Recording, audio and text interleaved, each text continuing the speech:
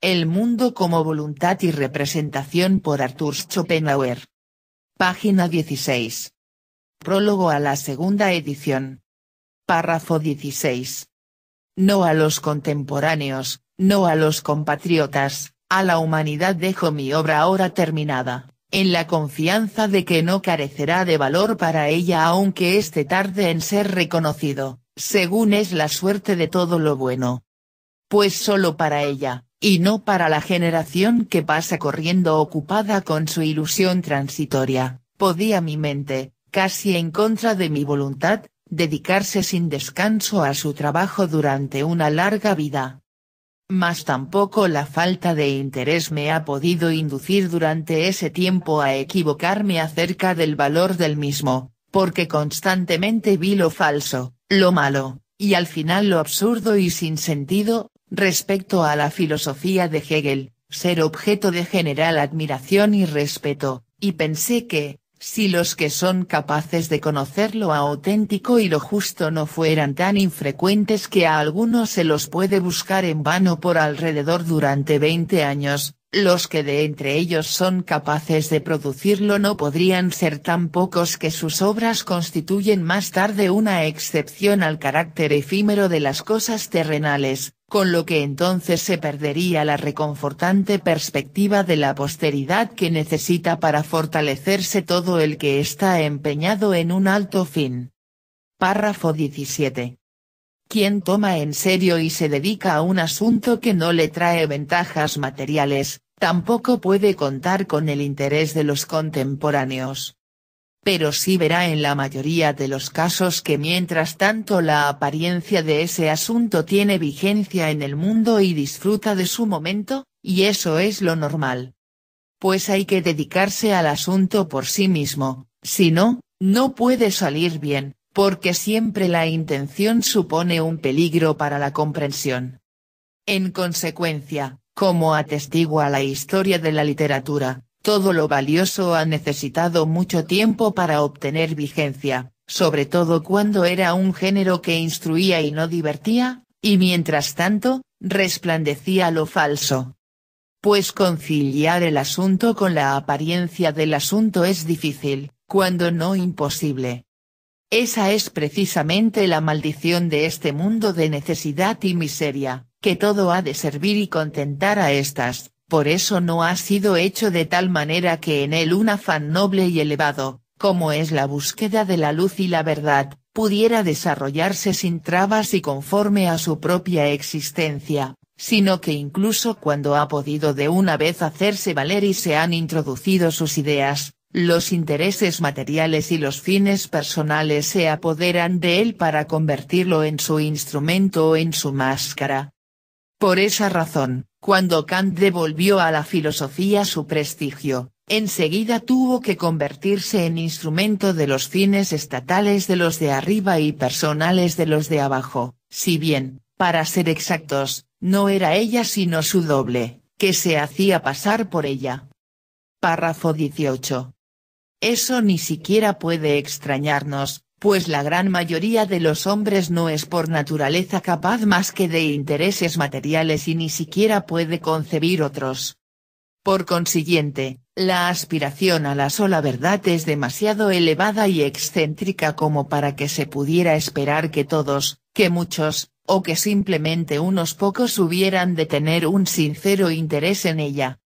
Sin embargo, cuando vemos una llamativa actividad, una ocupación generalizada en la que todo el mundo escribe y habla de temas filosóficos, como ocurre, por ejemplo, hoy en día en Alemania, entonces hay que suponer confiadamente que el primum mobile, o primer motor, real, el resorte oculto de tal movimiento, a pesar de todos los gestos y aseveraciones solemnes, son exclusivamente fines reales y no ideales, que, en concreto, son intereses personales, oficiales, eclesiales o estatales, en suma, materiales, lo que ahí se tiene en miras, y que, por lo tanto, son fines partidistas los que ponen en tan agitado movimiento los múltiples resortes de presuntas visiones del mundo, que son las intenciones y no las opiniones lo que guía a esos alborotadores, mientras que la verdad es con certeza lo último en lo que piensan.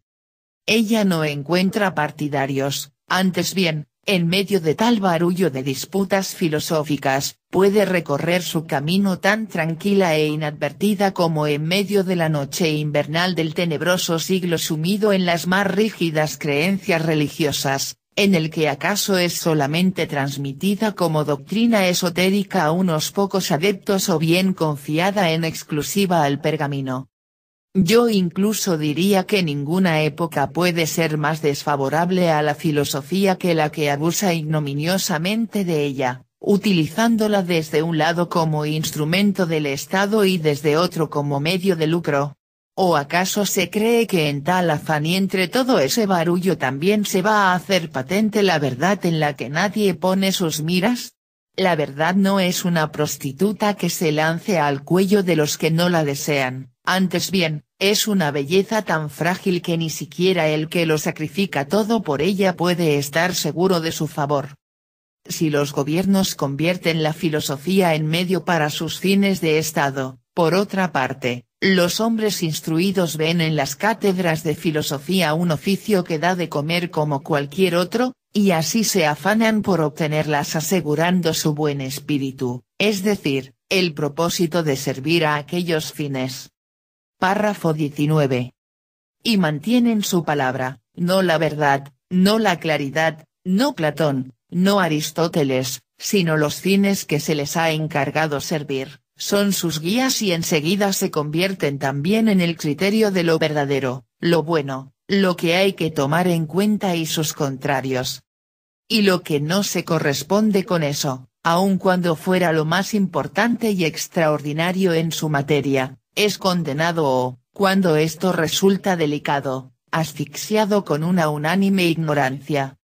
Véase, sin ir más lejos, su común celo en contra del panteísmo. ¿Algún tonto creerá que es por convicción? Como la filosofía degenerada en medio de ganar el pan no habría de convertirse en sofística. Precisamente porque eso es inevitablemente así y porque siempre ha valido la regla de quien como el pan canto la canción, es por lo que en la antigüedad el ganar dinero con la filosofía fue un rasgo distintivo de los sofistas.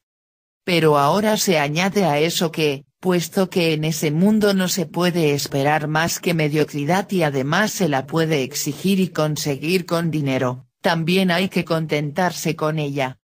Así vemos que en todas las universidades alemanas la querida mediocridad se afana en crear por sus propios medios la filosofía aún no existente, siempre conforme a una medida y un fin prescritos, un espectáculo del que sería casi cruel burlarse.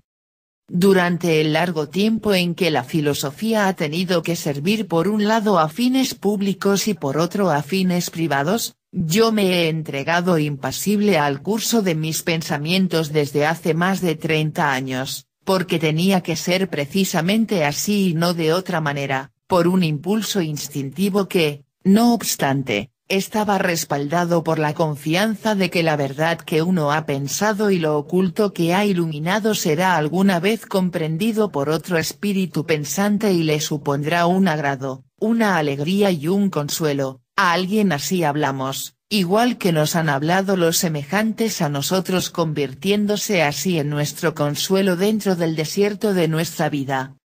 Párrafo 20. Entretanto, nos ocupamos de nuestro asunto por y para sí mismo. Pero ocurre curiosamente con las meditaciones filosóficas que los pensamientos que uno ha reflexionado e investigado por sí mismo son los únicos que después redundan en provecho de otros, no así los que estaban ya en su origen destinados a otros.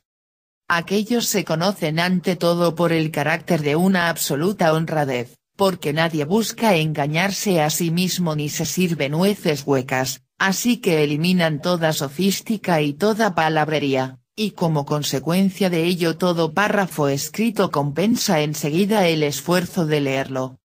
Conforme a ello, mis escritos llevan acuñado el sello de la honradez y la franqueza con tal claridad que ya por ello contrastan llamativamente con los de los tres famosos sofistas del período postkantiano, a mí se me encuentra siempre en el punto de vista de la reflexión, es decir, de la meditación racional y de la honrada comunicación de mis pensamientos, nunca en el de la inspiración, llamada intuición intelectual o también pensamiento absoluto, aunque su nombre correcto es patraña y charlatanería. Así pues, trabajando en ese espíritu y viendo mientras tanto lo falso y lo malo universalmente vigentes y hasta la patraña, filosofía de Fichte y Schelling, y la charlatanería, filosofía de Hegel, honradas, he renunciado hace ya mucho tiempo al aplauso de mis contemporáneos. Es imposible que una generación que durante 20 años ha aclamado como el mayor de los filósofos a Hegel, ese Calibán intelectual, personaje deforme y salvaje de La tempestad de Shakespeare, establecido como prototipo de hombre brutal y cerrado a la razón. El término se ha interpretado como una deformación de la palabra caníbal, ese Calibán intelectual tan alto que ha resonado en toda Europa, pudiera hacer que quien ha contemplado tal cosa desee su aplauso. Ya no tiene ninguna corona de honor que otorgar. Su aplauso está prostituido y su censura no tiene significado alguno. Párrafo 21. Que hablo en serio puede apreciarse en que, si yo hubiera aspirado al aplauso de mis contemporáneos tendría que haber tachado 20 pasajes que contradicen todas sus opiniones y que en parte incluso tendrían que resultarles escandalosos. Pero sería para mí un delito sacrificar una sola sílaba a aquel aplauso. Mi norte ha sido siempre la verdad, al perseguirla pude aspirar únicamente a mi propio aplauso, apartado totalmente de una época que ha caído muy bajo respecto a todo intento espiritual elevado y de una literatura nacional degradada hasta la excepción, en la que ha alcanzado su cima el arte de combinar palabras elevadas con bajeza de espíritu. No puedo, desde luego, escapar de los defectos y debilidades de los que necesariamente adolece mi naturaleza, como cualquier otra, pero no los aumentaré con indignas acomodaciones. Por lo que a esta segunda edición respecta, me alegro ante todo de no encontrar nada que revocar después de 25 años, así que mis convicciones fundamentales se han conservado al menos en mí mismo. Las modificaciones en el primer volumen, que contiene solamente el texto de la primera edición, no afectan a lo esencial sino solamente a cuestiones accesorias, y en su mayor parte consisten en breves adiciones explicativas insertadas aquí o allá. Únicamente la crítica de la filosofía kantiana ha recibido importantes correcciones y adiciones detalladas, ya que éstas no se podían incluir en un libro complementario como el que ha recibido en el segundo volumen cada uno de los 4 libros que presentan mi propia teoría. En el caso de estos he elegido esta última forma de corregirlos y aumentarlos porque los 25 años transcurridos desde su redacción han producido un cambio en la forma y el tono de mi exposición tan perceptible que no era posible fundir en un todo el contenido del segundo volumen con el del primero, ya que ambos habrían tenido que sufrir con tal fusión. Párrafo 22. Por lo tanto, entrego ambos trabajos separados y no he cambiado nada de la anterior exposición ni siquiera allá donde ahora me expresaría de otra manera, porque quería guardarme de estropear el trabajo de mis años jóvenes con la crítica rebuscada de la vejez. Lo que en ese sentido haya que corregir se dispondrá ya por sí mismo en el espíritu del lector con ayuda del segundo volumen.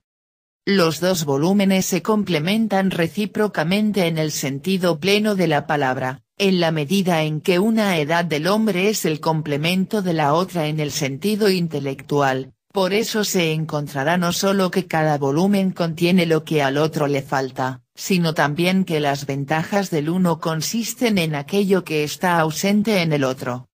Por consiguiente, si la primera mitad de mi obra aventaja a la segunda en lo que únicamente el fuego de la juventud y la energía de la primera concepción pueden prestar, esta, en cambio, superará a aquella en la madurez y la completa elaboración de los pensamientos que solamente se depara a los frutos de una larga vida de trabajo. Pues, cuando yo tuve la energía para concebir originalmente los pensamientos fundamentales de mi sistema, proseguirlo en sus 4 ramificaciones, volver desde ellas a la unidad de su tronco y luego presentar con claridad el conjunto, entonces no estaba aún en disposición de estudiar cada parte del sistema con la perfección, profundidad y detalle que solo se consiguen meditándolo durante muchos años. Tal meditación es necesaria para comprobarlo e ilustrarlo con innumerables hechos, apoyado con las más diversas pruebas, iluminado con claridad desde todos los lados, luego poner en contraste atrevidamente los diversos puntos de vista, separar netamente las distintas materias y exponerlas bien ordenadas. Párrafo 23. Por eso, aunque al lector le tendría que ser más agradable tener toda mi obra en una pieza en lugar de consistir esta en 2 mitades a vincular entre sí, tenga en cuenta que para ello habría hecho falta que yo hubiera producido en una edad de la vida lo que solo es posible en 2, ya que habría tenido que poseer a una edad las cualidades que la naturaleza ha repartido en 2.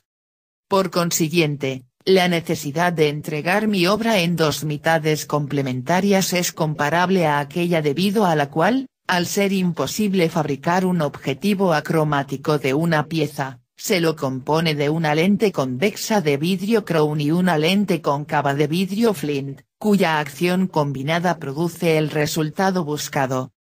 El vidrio Flint es una clase de vidrios ópticos. Las lentes acromáticas constan generalmente de 2 componentes, uno convergente con un índice de refracción reducido llamado Crown y otro divergente con índice de alto valor denominado Flint. Pero, por otro lado, a cambio de la incomodidad de utilizar 2 volúmenes al mismo tiempo, el lector encontrará alguna compensación en la alternancia y el reposo que lleva consigo el tratamiento del mismo asunto por la misma mente, con el mismo espíritu pero en años muy distintos. Entretanto, para aquel que no esté aún familiarizado con mi filosofía es plenamente aconsejable que lea antes el primer volumen sin añadirle los complementos y que no utilice estos hasta la segunda lectura, porque en otro caso sería demasiado difícil captar el sistema en su coherencia, expuesta solo por el primer volumen, mientras que en el segundo se fundamentan con más detalle y se desarrollan por completo las doctrinas principales de una manera aislada. Incluso aquel que no se decida a hacer una segunda lectura del primer volumen hará mejor en no leer el segundo más que después de aquel y de forma independiente, en la exacta secuencia de sus capítulos, que mantienen una conexión aunque más libre, y cuyas lagunas llenará completamente el recuerdo del primer capítulo, si es que lo ha captado bien. Además, siempre encontrará la referencia a los respectivos pasajes del primer volumen, en el que, a esos efectos, las secciones que en la primera edición indiqué con simples líneas de separación las he provisto en la segunda de números de parágrafo. Párrafo 24. Ya en el prólogo a la primera edición he explicado que mi filosofía parte de la kantiana y supone por ello un profundo conocimiento de la misma, lo repito aquí. Pues la doctrina de Kant provoca en cualquier mente que la haya comprendido una transformación fundamental de tal magnitud que se la puede considerar un renacimiento intelectual. En efecto, solo ella es capaz de eliminar realmente el realismo innato al hombre y proveniente del destino originario del intelecto, cosa para la que no bastaron ni Berkeley ni Malebranche, porque estos se quedaron demasiado en lo general mientras que Kant va a lo particular y, por cierto, de una forma que no conoce antecesor ni sucesor y que ejerce en el espíritu un efecto totalmente peculiar, podríamos decir que inmediato, como resultado del cual éste experimenta un profundo desengaño y en adelante ve todas las cosas a una luz diferente. Pero solo así se hace receptivo a las explicaciones positivas que yo he de ofrecer. En cambio, El que no domine la filosofía kantiana, haga lo que haga, estará, por así decirlo, en estado de inocencia, es decir, permanecerá sumido en aquel realismo natural y pueril en el que todos hemos nacido y que capacita para todo excepto para la filosofía. Por consiguiente, será aquel primero lo que el menor al mayor de edad.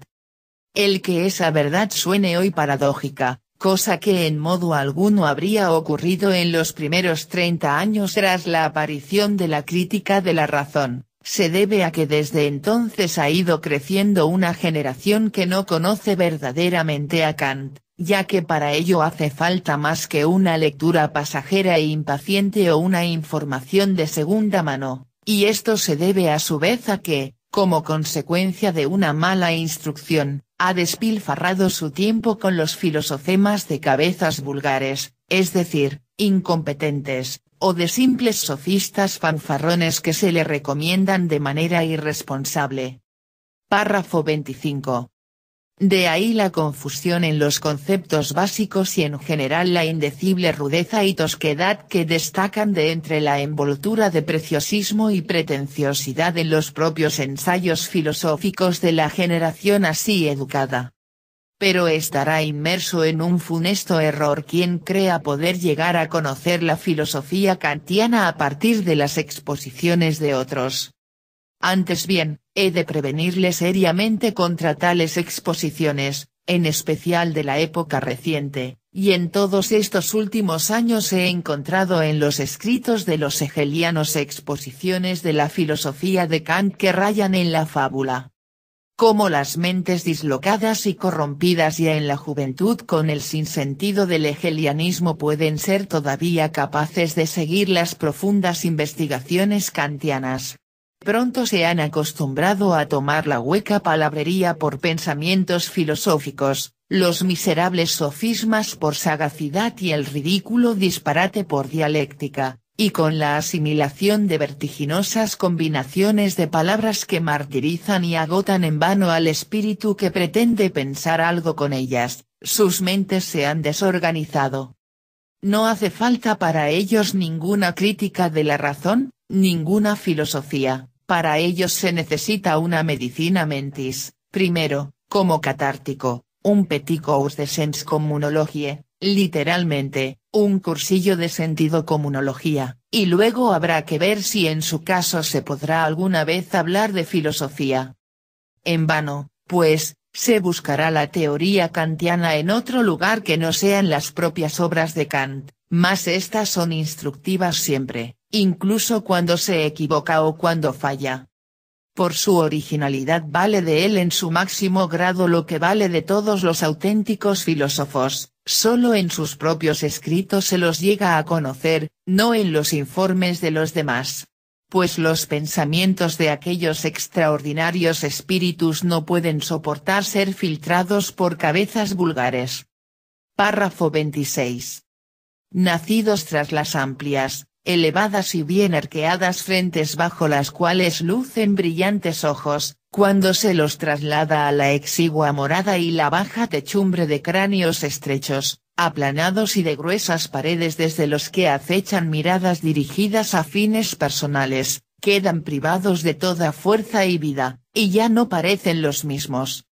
Hasta se podría decir que mentes de esa clase actúan como espejos irregulares en los que todo se contorsiona y desfigura, pierde la proporcionalidad de su belleza y representa una imagen grotesca.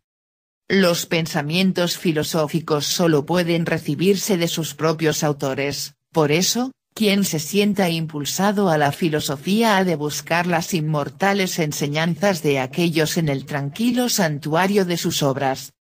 Los capítulos principales de cada uno de esos auténticos filósofos proporcionarán una comprensión de sus teorías 100 veces mayor que las lánguidas y bizcas exposiciones realizadas por mentes vulgares, que además están en su mayoría sumidos en la filosofía de moda en el momento o en sus propias opiniones personales. Pero es asombroso con qué decisión prefiere el público recurrir a aquellas exposiciones de segunda mano. Aquí parece actuar de hecho la afinidad electiva en virtud de la cual la naturaleza vulgar es atraída hacia sus semejantes, y hasta lo que ha dicho un gran espíritu prefiere oírlo de los que son iguales a ella. Quizá esto se base en el mismo principio que el sistema de las lecciones recíprocas, según el cual los niños aprenden mejor de sus semejantes. Ahora dedicaré aún unas palabras a los profesores de filosofía. La sagacidad, el tacto fino y acertado con que han reconocido mi filosofía nada más aparecer como algo totalmente heterogéneo y hasta peligroso para sus propios empeños o, hablando en lenguaje popular, algo que no encaja en sus planes, así como la política segura e ingeniosa con la que han descubierto el único procedimiento correcto frente a ella, la perfecta unanimidad con que lo han aplicado y, por último, la perseverancia con que se han mantenido fieles a él, de todo eso he tenido que asombrarme desde siempre. Párrafo 27.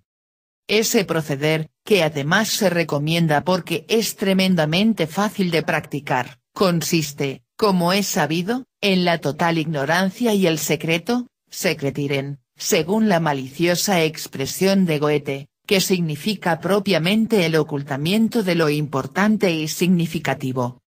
La eficacia de ese medio callado se incrementa gracias al ruido de los coribantes, sacerdotes de Cibeles que en las fiestas de la diosa danzaban con movimientos descompuestos y extraordinarios, con que se festeja el nacimiento de los hijos espirituales de los conjurados, y que obliga al público a mirar y percatarse de los importantes gestos con que lo celebran.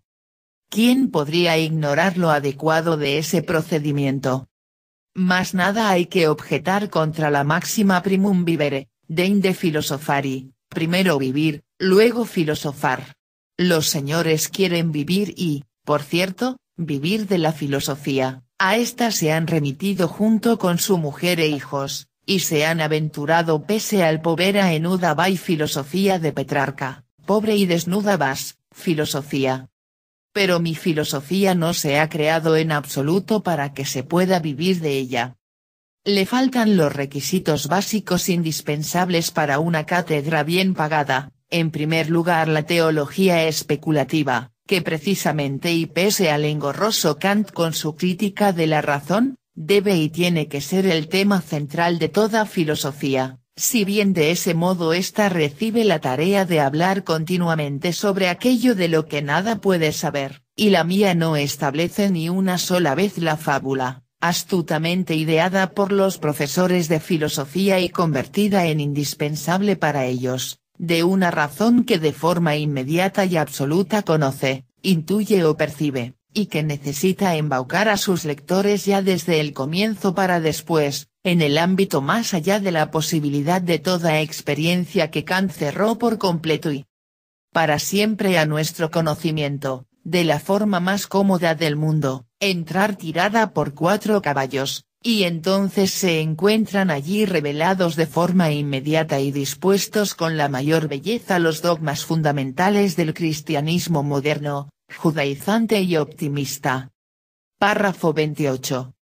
¿Qué le importa mi filosofía, carente de esos requisitos esenciales, que no tiene miramientos ni da de comer, centrada en sus pensamientos, una filosofía que tiene como único norte la verdad desnuda, no remunerada, carente de amigos y con frecuencia perseguida, y se dirige derecha hacia ella sin mirar a izquierda o derecha? ¿Qué le importa a ella a aquella alma mater, la buena y nutritiva filosofía universitaria que, cargada de un ciento de intenciones y 1000 consideraciones, sigue cautelosamente su camino dando rodeos porque siempre tiene a la vista el temor del amo, la voluntad del ministerio, los principios de la iglesia local, los deseos del editor, los ánimos de los estudiantes, la buena amistad de los colegas, la política del momento, la orientación momentánea del público y todo lo demás? ¿O qué tiene en común mi callada y seria investigación de la verdad con las estridentes disputas escolares de las cátedras y las bancas, cuyos móviles internos son siempre fines personales? Antes bien, Ambas clases de filosofía son radicalmente heterogéneas. Por eso conmigo no hay compromiso ni camaradería y conmigo nadie acierta en sus cálculos más que acaso el que no busque sino la verdad, luego ninguno de los partidos filosóficos del momento, pues todos persiguen sus intenciones, pero no ofrezco más que simples concepciones que no concuerdan con ninguna de ellas porque no están moldeadas de acuerdo con ninguna. Pero para que mi filosofía fuera apta para una cátedra, tendrían que venir tiempos totalmente distintos. Sería hermoso que una filosofía de la que no se puede vivir recibiera aire y luz, y ganara la atención general. Pero eso había que impedirlo y todos tenían que oponerse como un solo hombre. Párrafo 29. Mas a la hora de disputar y refutar no se tiene el juego tan fácil. Y ese es además un medio delicado ya por el simple hecho de que dirige la atención del público hacia el tema y la lectura de mis escritos podría hacerle perder el gusto por las elucubraciones de los profesores de filosofía. Pues a quien ha probado lo serio ya no le sabrá bien la broma, sobre todo la aburrida. Así pues, el silencio sistemático unánimemente adoptado es el único proceder correcto, y solo puedo aconsejar quedarse y continuar con él mientras funcionen, en concreto hasta que un día del ignorar se separe la ignorancia, entonces se estará aún a tiempo de tomar otra dirección. Mientras tanto, cada cual sigue siendo dueño de arrancar aquí y allá alguna pluma para su propio uso, vestirse con plumas ajenas, ya que en su casa la abundancia de pensamientos no suele ser muy agobiante. Pues el ignorar y callar sistemáticos pueden todavía durar un buen tiempo, al menos el lapso de tiempo que yo pueda vivir, con ello ya se ha ganado mucho. Aunque entre tanto se haya dejado oír aquí o allá una voz indiscreta, pronto será acallada por la ruidosa exposición de los profesores, que saben entretener al público hablando de cosas totalmente distintas con gesto de importancia.